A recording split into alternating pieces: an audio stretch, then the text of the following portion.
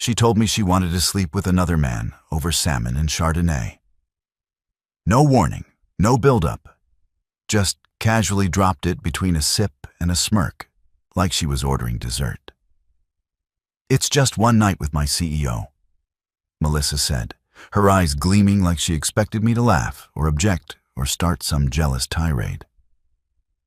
"He's my fantasy, that's all." I folded my napkin, set it beside my plate, and replied, "Okay, that's it. Just okay." No raised voice, no thrown glass, not even a twitch. I think that shook her more than if I'd flipped the whole damn table. She blinked twice, waiting, no begging for a reaction. But I just tilted my head slightly like I was considering a weather report. She chuckled uneasy now. "You're not even going to ask who he is?" "I'm sure he'll introduce himself eventually," I said, sipping my water. "One way or another." You could see the gears stutter in her head like a train skipping a track. She didn't expect indifference. She expected ego, drama, a man's pride to ignite and give her a reason to storm out. Feel righteous. But all she got was silence. And silence doesn't give you anything to argue with. We slept in the same bed that night. She turned away from me. I didn't move. She probably thought I was stewing, but I wasn't. I'd already made the first call. And I know this probably sounds insane to most people listening. But believe me, over 97% of people who hear this story never subscribe. I'm telling you that small click does more than you think. Tells the team this story matters. That people like you actually want more of them. And trust me, this one goes somewhere. Hit subscribe, then keep listening. Because that next morning, I rose before sunrise like always. Iron shirt, tie knotted, polished shoes. Melissa didn't stir.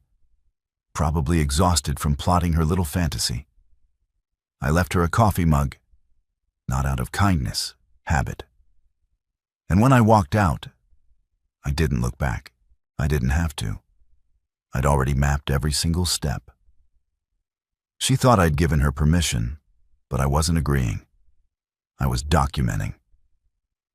Melissa's always misunderstood quiet men. She thought silence was permission, or worse, powerlessness. She never saw it for what it really was. Planning, precision, leverage. She'd been married to me for 18 years and never once asked what I really did. She knew I consulted something legal adjacent. That was enough for her. As long as bills were paid, dinners were posh, and the Range Rover had gas, she didn't need the details. But Melissa forgot one crucial truth about fantasies. When you chase them blindly, you step right past the edge without realizing the drop. And her CEO, Daniel Mercer. He wasn't just some powerful man at the top of Courage's pyramid. He was already in my way. She just gave me the perfect reason to move him. And unlike Melissa, I don't chase fantasies. I erase threats. By the time she woke up, still tasting wine and self-satisfaction, I was already on my second meeting of the morning. And Daniel Mercer? He was just beginning to feel the first hairline fracture in the floor beneath him. But Melissa, she still thought she was in control, that I'd sulk, maybe rage, eventually forgive. She thought she'd play the bold, liberated woman who owned her truth, and maybe cry some tears if things got bumpy. She had no idea the machine had already started.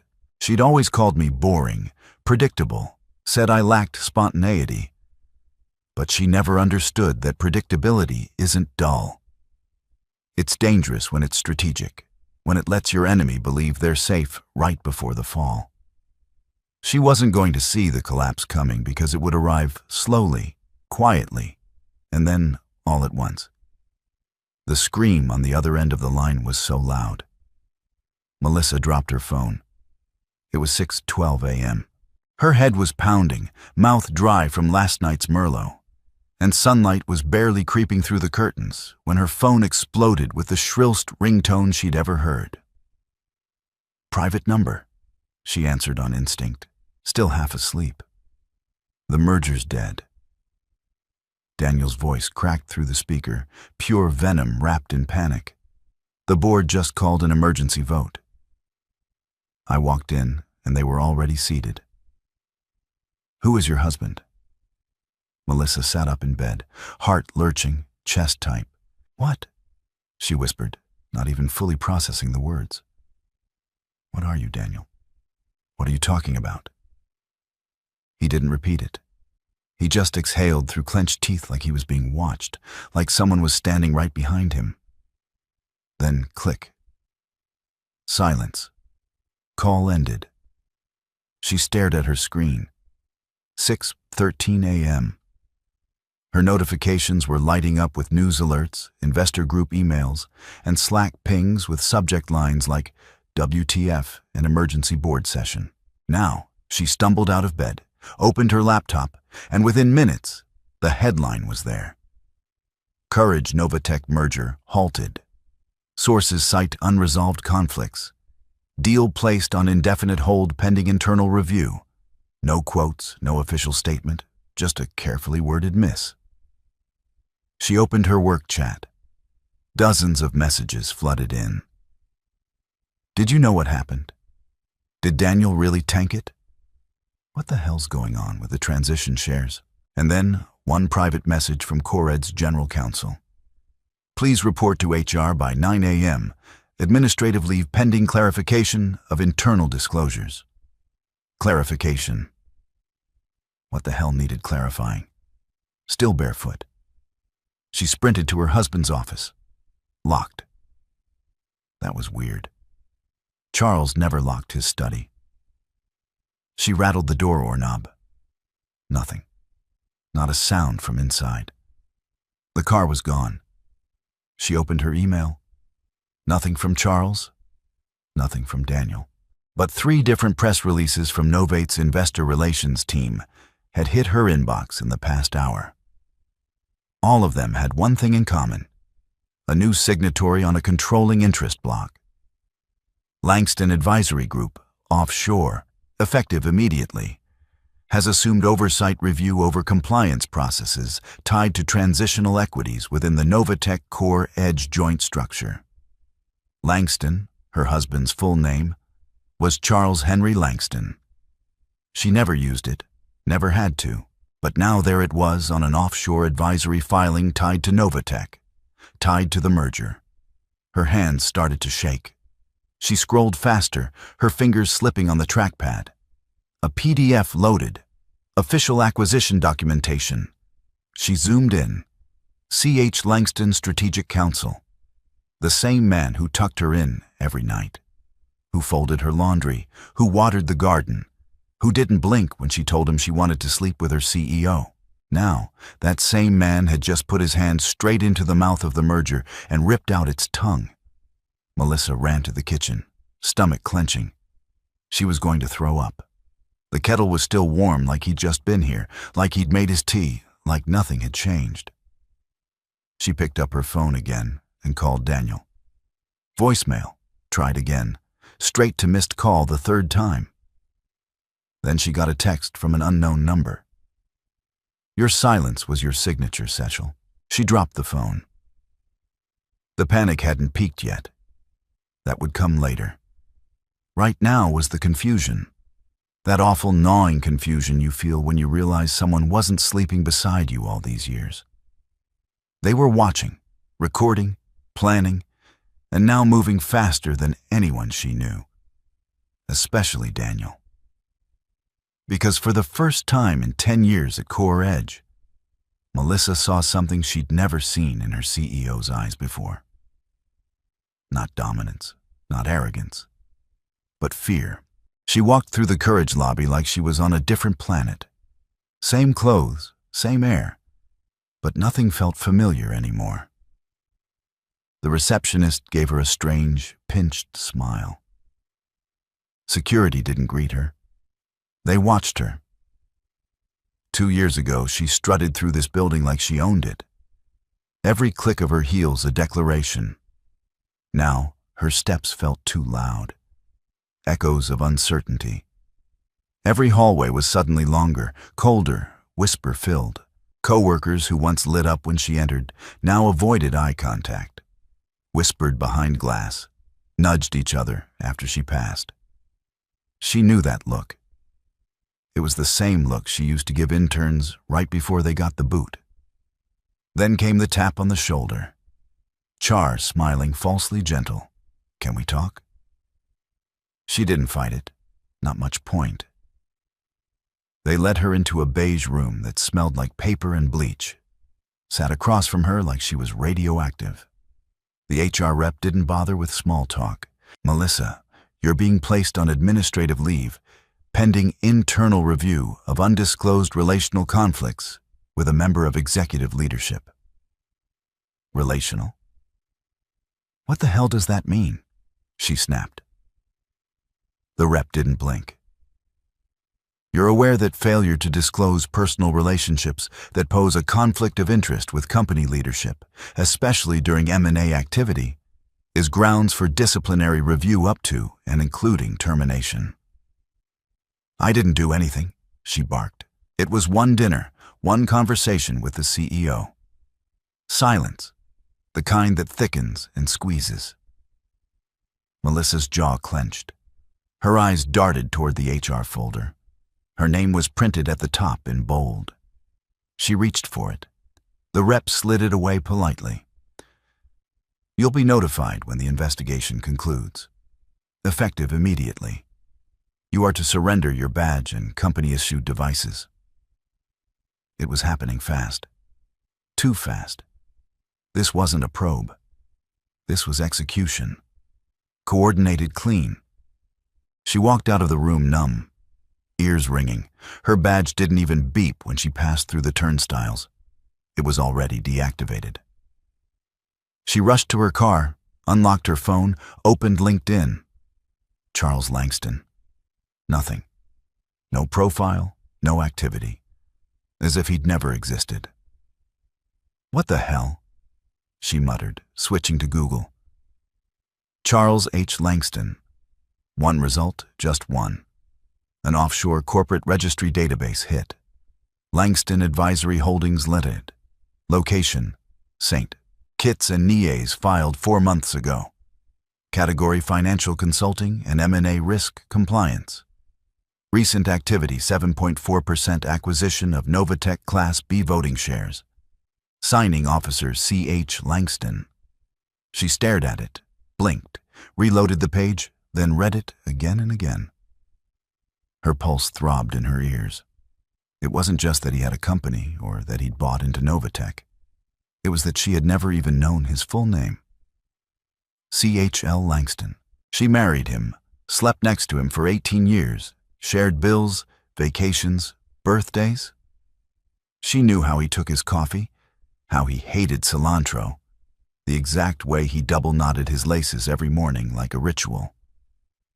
But she'd never thought to ask what the H stood for. Never bothered with what exactly he did for work. Just consulting was enough, because Melissa never asked about things she assumed she owned. And now she was realizing that the man she thought she owned had quietly bought a controlling stake in the world she lived in. Not out of pettiness, not out of revenge, but because she'd given him the perfect cover. The fantasies, the arrogance, the dinner confession. It hadn't embarrassed him. It had unleashed him. She fumbled her phone, tried texting him. "Charlie, what is this? Please call me." No response. She tried again. "I don't understand what's happening. I didn't know." "You didn't say." 3 dots appeared, then vanished. Then a message came through. Exactly. That was it. One word. But she felt it in her bones. He wasn't ghosting her. He wasn't hiding.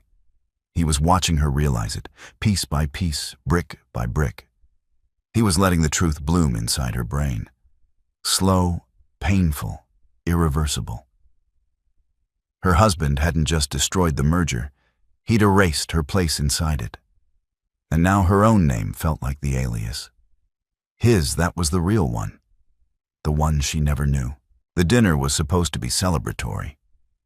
A quiet upscale affair for the inner circle to toast the final step before the merger signing. But the room was dead silent when Melissa stepped in alone. Every chair at the private table inside Del Mar's, the priciest glass-walled restaurant downtown, was filled with tightly wounded executives, all gripping their forks like weapons. Napkins barely touched, half-filled wine glasses abandoned. She scanned the room for Daniel. Nothing. The only empty chair was the one beside hers. Across the table, Novatech's general counsel, a stone-faced woman named Adele Brooks, stared at her without blinking. No smile, no small talk, just pure clinical dissection. Melissa took her seat like she was walking into surgery. 15 minutes passed. Still no Daniel. The waiters hovered, then disappeared. No one ordered, then the side door opened. Daniel Mercer entered. No tie, top button undone, hair slightly damp at the temples. He looked like he'd just walked out of a deposition or into one. No one stood. He mumbled a half apology and took the remaining seat beside Melissa. She noticed immediately. His hands were shaking. She'd never seen that before. Not once in 10 years of working under him. He reached for the wine, missed the glass slightly. That's when Adele reached into her briefcase and pulled out a folder. Quietly, no ceremony, just slid it onto the table like it was the bill for the evening. "Daniel," she said, her voice almost kind, like someone delivering hospice news. "You should have disclosed." He froze, one hand still hovering over the untouched bread plate. Adele opened the folder slowly, page by page, like a prosecuting attorney, savoring every clause. Clause 14. B, subsection 3, conflict disclosure failure. You were personally involved with a direct report spouse during a pending merger involving equity transitions and shared IP access. Melissa's mouth went dry. Daniel didn't respond. Didn't move. Adele continued. You never disclosed your relationship with Melissa Langston to the board. Despite repeated compliance updates, despite onboarding instructions, despite our direct email queries last quarter, this wasn't a relationship, Daniel said through his teeth. It was. You're exposed. She cut him off. Personally, legally, financially, she tapped a line in the document. Voidance of executive indemnity. This applies retroactively. You will carry personal liability for any damages Novate sustains if this merger collapses due to undisclosed internal conflicts. Another page flipped. Melissa leaned in, trying to speak. But Adele wasn't looking at her. She was looking at Daniel. And Daniel, he was pale now. He'd stopped shaking. Now he was just still. Too still. This is insane, he finally muttered. We were days away from final approval. We had mutual agreement on IP carve-outs. The press embargo was already lifted. Adele didn't smile. And now your lack of disclosure might cost our shareholders 8 figures, which incidentally they can sue you for personally. Not courage. Melissa's breath caught. She looked around the table. Not one person met her eyes. Even the CFO who once flirted with her during team retreats was staring at his hands. You're scapegoating me, Daniel snapped, trying to summon his usual fury. This is politics. It's paperwork, Adele replied. Then she reached for the last page and set it down in front of him. It was signed, already dated. Termination proposal, emergency board session. Prepared in advance. Daniel's signature line was blank. Melissa leaned over, whispering, They're not just coming for you, Daniel. He turned, eyes bloodshot. "What the hell did your husband do?" She didn't answer. Not because she was protecting Charles, but because she honestly didn't know. She only knew what she'd caused. The dinner was over before it started. The chairs scraped back one by one like the board was exiting a funeral. The CFO walked out first, then the Novate COO, then Adele, who simply closed her folder and didn't say goodbye. Daniel sat there blinking, sweat forming at his collar. Melissa reached for his hand. He pulled away. "You were the fantasy," he whispered. "Now you're the reason." She watched him crumble in real time and realized too late that fantasies don't just burn out. Sometimes they implode everything they touch. Melissa didn't go home right away. She couldn't face the silence of the house, the echoes of her own voice saying those words over dinner. "It's just one night with my CEO." Instead, she drove in circles, past old brunch spots, past the boutique where she once joked about needing thworthy heels, past the yoga studio where she told her friends Charles just didn't get it anymore. Eventually, instinct took her to the only place left that still had her name on the door, her office. She wasn't supposed to be there. HR had officially placed her on leave, pending review, but her badge hadn't been deactivated here yet. Different systems, maybe. Or maybe just a delay. Like the universe was giving her one final walk through the wreckage before it all locked shut. She entered her glass-walled office slowly, expecting judgmental stares. But the floor was nearly empty. Deserted. Everyone was either at crisis meetings or hiding from them. Melissa stepped behind her desk like muscle memory. The scent of expensive toner and artificial orchids still lingered. Her chair groaned the same way. Her screens were dark. She didn't even know what she was looking for. Answers, explanations, a reset button. Then she saw it. A manila folder unmarked, slightly out of place on the corner of her desk. Not like something she'd leave there. She always filed everything immediately, especially things that weren't hers. Inside a printed document, sharp, formal formatting, non-disclosure agreement, advisory conflict briefing, dated 3 weeks ago and signed. But her name was listed clearly in the subject line, alongside Daniel's and Charles's. Her breath caught in her throat. She flipped to the signature lines, blank but neatly prepared. The clause in bold at the top, disclosure of personal relationships affecting executive decision-making, must be reported prior to strategic negotiations or face automatic review under compliance escalation protocols. She didn't remember seeing this. Had Charles shown it to her? Had he left it for her to find? Or worse, had he planted it knowing she wouldn't notice? The date was before she even told him about the fantasy, which meant he'd known before she said it out loud. Her hand trembled as she set the paper down. That's when her phone buzzed. A known number, no name, no icon, just a message. You weren't the only one, he briefed. Then a second message arrived. No words, just an invite. Special board session. Conflict review. Time 9 a.m. today. Location, Novatech HQ Secure Executive Wing. She stared at it. Not Courage. Novatech, her husband's world, and somehow hers now, or what used to be hers. She slumped back in her chair, the office lights flickering slightly, as if the building itself was done pretending to welcome her. The worst part wasn't the betrayal. It was the architecture of it all.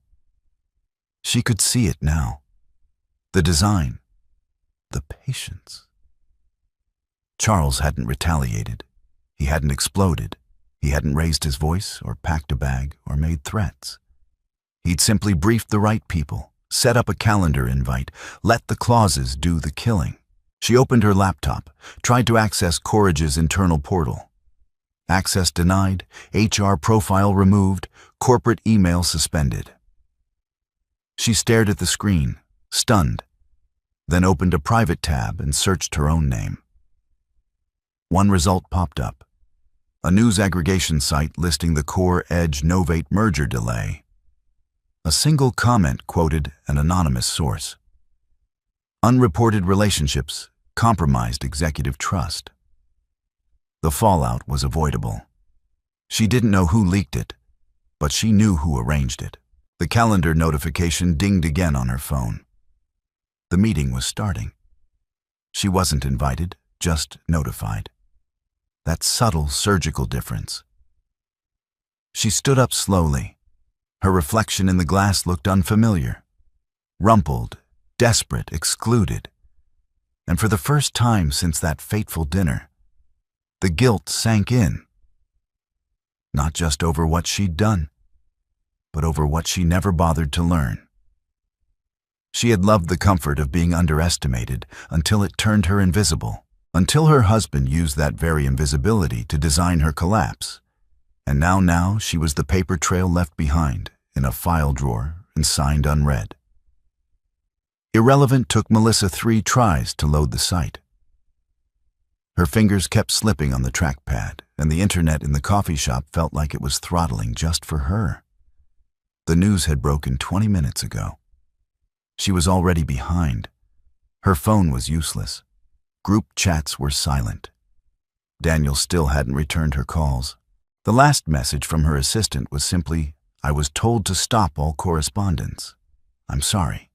So now here she was, sitting in a booth between a screaming toddler and an over-enthusiastic barista trying to read the press release that had detonated her professional life. The Novatech investor relations site was glowing like a loaded gun. Press release. Strategic Oversight Advisory Restructure. Effective immediately, Novatech announces the formation of a Transitional Oversight Committee to navigate post-Megger compliance disruptions. The 4th paragraph hit like a sniper round. Charles H. Langston, an independent strategic counsel with expertise in risk governance, has been appointed to advise the transitional team and assist in evaluating conflict of interest breakdowns that led to the collapse of the Core Edge deal. She froze, stared, reread it 5 times. No, it wasn't a typo. He wasn't listed as a consultant or a temporary reviewer or an external observer. He was advising the transitional team, the same team responsible for overseeing what remained of the deal she had helped build from scratch. The same team now responsible for unbuilding it. Then came the quote, short, brutal. Integrity matters. So does silence. Charles H. Langston. No flourish, no elaboration. Just those 6 words clipped and sharpened like razors. Melissa sat back, chest hollowing. Her legs felt numb under the table. The comments were already rolling in beneath the news article. That's how you dismantle an empire. Silence isn't weakness, it's ammunition. He played long game and won. Damn. Is this the same guy his wife cheated on? Jesus. She wanted to look away. Couldn't. Her husband had just stepped into the public light once, and it was to put the final nail in the merger's coffin. And somehow, no one blamed him. The public sentiment wasn't pity. It was awe. Her own humiliation was now crowdsourced. She closed the laptop slowly and stared into the foam of her untouched cappuccino. Charles, the man who used to quietly refill the bird feeder every Saturday. The one who hated office gossip. Never joined in at company parties. Never wanted a LinkedIn presence. Never even shared what he did for work beyond just consulting. That man just made a power move so silent, so meticulous, that Novatek's board trusted him to clean up the wreckage. He hadn't taken revenge. He'd taken position. He was now the watchdog, the regulator, the steady hand helping investors navigate the fallout of a scandal she'd ignited with one careless comment over dinner and a glass of wine. Melissa looked around the cafe. No one knew her here, but she swore she felt the air itself lean away from her. She pulled out her phone again, opened their old shared calendar, something she hadn't touched since he'd vanished from it. There it was, a private note attached to the day the merger was supposed to close. Deadlines don't scare me. Liabilities do. She closed the app. Her stomach sank. This wasn't about jealousy or betrayal or even vindication. It was about liability. And in Charles's eyes, she wasn't his wife anymore. She was a risk documented, disclosed, removed. He wasn't just the husband anymore. He was the reason the deal died. And she was now the footnote to his story. Melissa stared at the blinking cursor on her phone screen like it might blink back with forgiveness. "Hey, can we talk?" Sent, delivered. No response. She waited 10 minutes and then tried again. "I know it's been a crazy week. I just need to talk to someone who remembers me." Not this version. The story. Everyone's spinning. Another hour. Still nothing. This was Grace, her oldest friend. Maid of honor. Godmother to her niece. The woman who once helped her lie to her boss about food poisoning just to extend a weekend in Napa. Now nothing. She scrolled through her contacts, tapping each name like she was knocking on closed doors. Paul, Stephanie, Ron, even Melinda from spin class. Every message read. None returned until finally one buzzed back. Grace. But it wasn't what she expected. "You should have told me who Charles really was." Melissa froze, not what Charles did, who he was, as if he'd been wearing a mask this whole time. And she'd kept that mask hidden from everyone, while claiming to know him better than anyone. She typed a reply, deleted it, typed again. "I didn't know."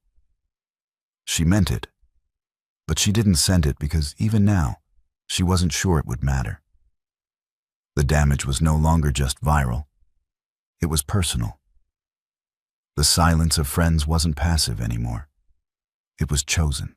By mid-afternoon, the only people left were family, and that's when she made her next mistake. She drove to her parents' place. Her father answered the door with a face like cold marble. "Hi, Dad," she said, trying to force a smile. He didn't move. Didn't open the screen door, just stood there, arms crossed, eyes scanning her like she was a stranger. I needed to talk," she said quietly. "Talk about what?" he replied. "How you blew up the only stable thing this family was holding on to." She blinked. "I didn't know." "You didn't care to." He snapped.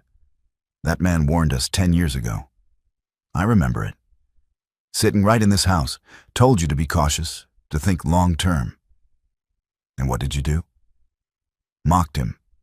Said he was too careful, too calculated. Guess what? Turns out he was 10 steps ahead." Her mouth opened, but nothing came out.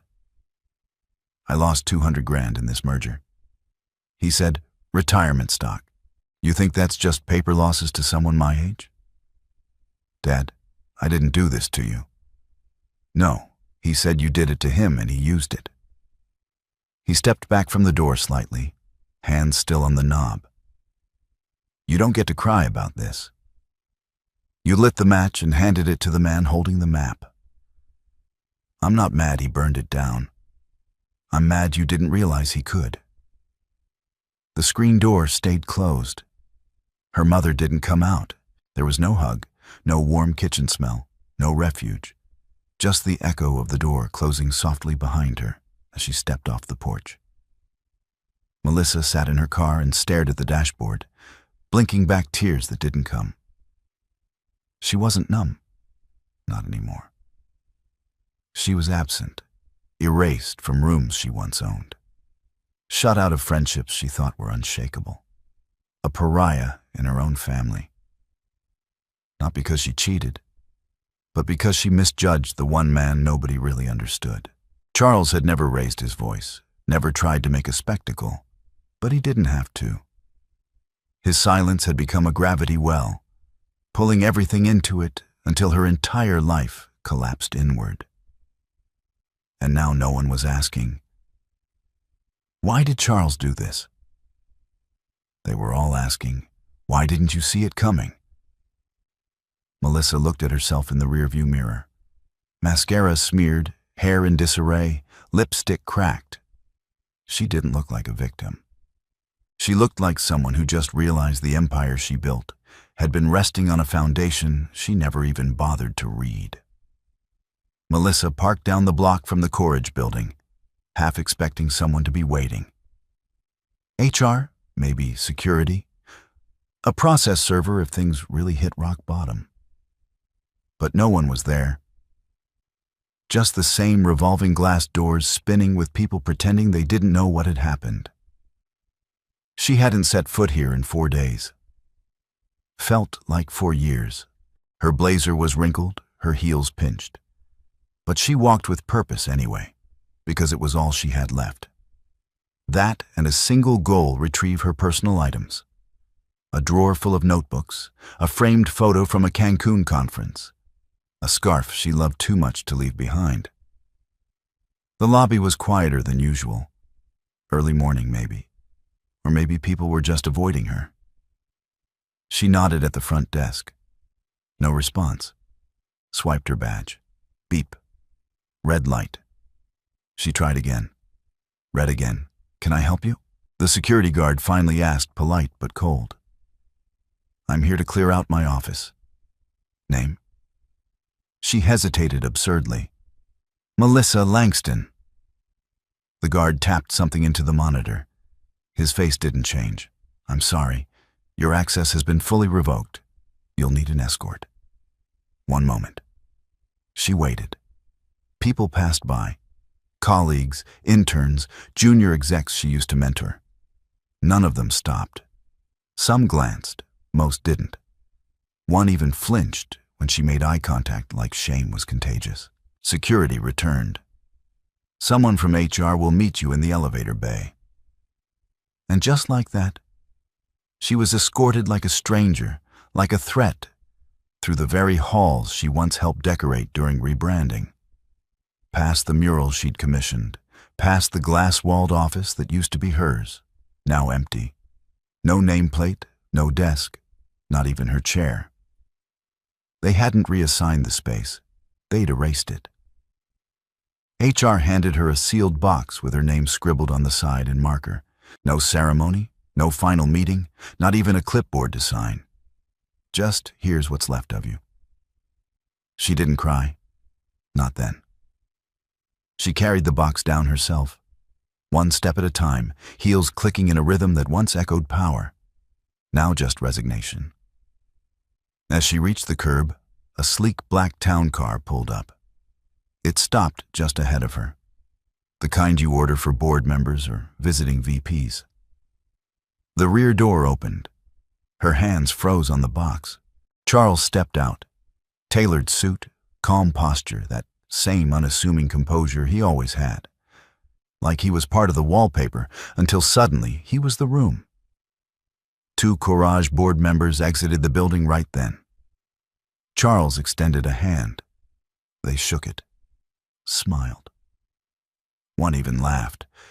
Laughed like they'd forgotten she existed, like her replacement wasn't a replacement. It was an upgrade. She stood frozen on the curb, cardboard box digging into her ribs, watching her husband. No, not husband now. Her architect step into her world and fill it like he'd always belonged. He never looked at her. Not once. Not a glance. Not a pause. Not even a flicker of recognition. And that was the worst part. He didn't hate her. He just didn't need to see her because in his mind, she wasn't the threat anymore. She was already processed, logged, archived, decommissioned. Charles walked up the steps into the building, flanked by men who once only knew him as Melissa's quiet husband. Now they greeted him as a peer, an asset, maybe even a savior. She stood there long after he disappeared into the glass. Wind hit her face, not sharp, but hollow, like a whisper from a story that had already ended. She looked down at the box in her arms. One side had begun to cave in from the weight, just like her. The recording came from an anonymous inbox. No name, no subject, just a single audio file. Investor Roundtable Unairs, closed Unairs 5 a.m., MP3. Melissa stared at it, thumb hovering. Her hands were trembling, but not from fear. Something worse. Anticipation mixed with dread.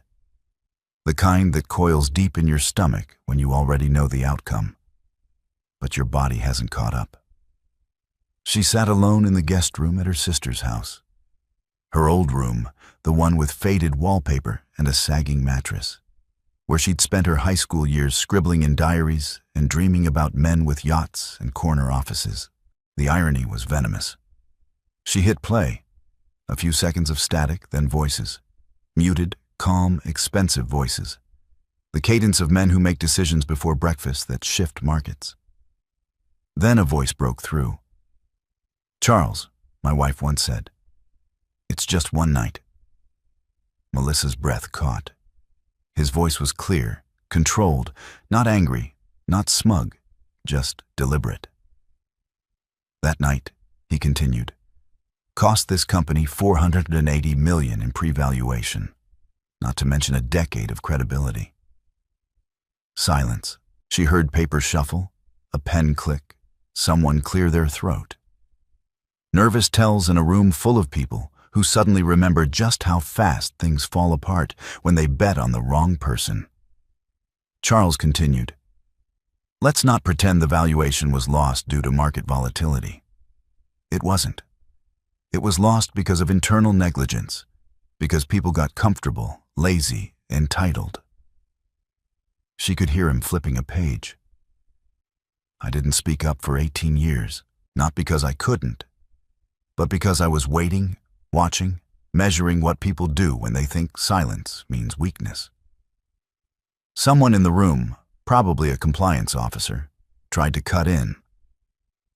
"Mr. Langston, this is off record as discussed," but Charles spoke right over him.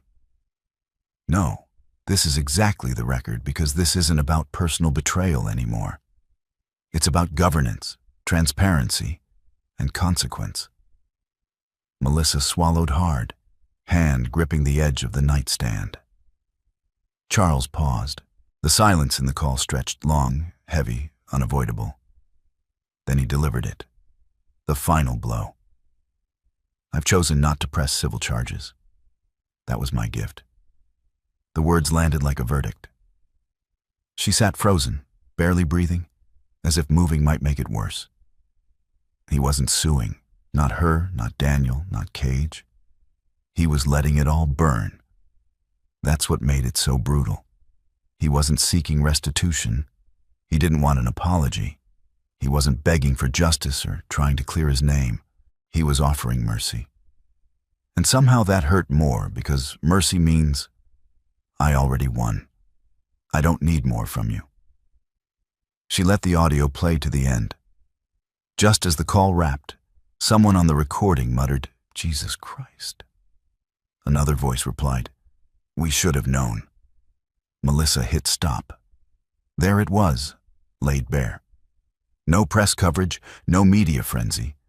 Just the private surgical confirmation of her erasure from business, from credibility, from him. He had spoken once cleanly, unemotionally, and then stepped back, not out of pity, but out of power. She looked at her phone again. No new messages, no missed calls, not a single attempt from anyone to get her side of the story. Why would they? The story was already over, written, closed, and she was no longer the narrator. She was the lesson. The house was silent again, not in the peaceful way it used to be when Charles brewed his evening tea and read policy journals in the den, but the kind of silence that made furniture feel heavier, like everything was watching her now, judging, remembering. Melissa sat on the edge of the bed they used to share. The room still too clean from when she'd staged it for mental clarity. back when she thought she could reset everything with sage and skin treatments. Now it just looked like a model home nobody wanted to live in. Her phone lay next to her. Screen dim, notifications non-existent. She had nothing left to check. No job, no friends. Her parents weren't speaking to her. Charles was a ghost, but one with a boardroom, a title, and a press quote that would follow her name like a shadow for the rest of her life. She pulled up their old text thread, scrolled past memories that now felt like someone else's. Memes he sent at midnight. Pictures of their dog from years ago, recipes they never made. The last message she had sent before everything exploded was short, almost cruel in its simplicity. Dinner late. Mercer wants to talk strategy. Winking face. The wink. God. She actually thought that was funny. She typed slowly, carefully. Was any of it real? Her thumb hovered over the send button longer than it should have. Not because she was afraid he wouldn't respond, but because she wasn't sure she deserved to know. She hit send anyway. Then she waited. Not for long. 3 minutes later, her phone buzzed. Just once she opened it, heart hammering, hands already cold. It was until you mistook silence for weakness. No signature, no warmth, no anger either, just punctuation. A sentence that didn't scream, didn't beg, didn't try to rewrite the past. It just ended it. Melissa read it once, twice, the third time. Then she locked her phone and set it face down on the nightstand. The quiet pressed in again. But this time, it wasn't just the absence of sound. It was the presence of finality. She lay back on the bed, fully clothed, arms at her sides, not crying, not fighting, just still. The ceiling above her didn't move. The air didn't shift. The world didn't care. And in that stillness, one truth echoed back louder than any scream. She had underestimated the one man who never tried to win her because he never needed to. She'd handed him every tool, and he built an exit. Not for himself, for her. Now she would live in what was left, a name that no longer opened doors, a bed that no longer felt shared, a memory wrapped in silence, one she'd never escape, and a single line burned forever into the back of her mind.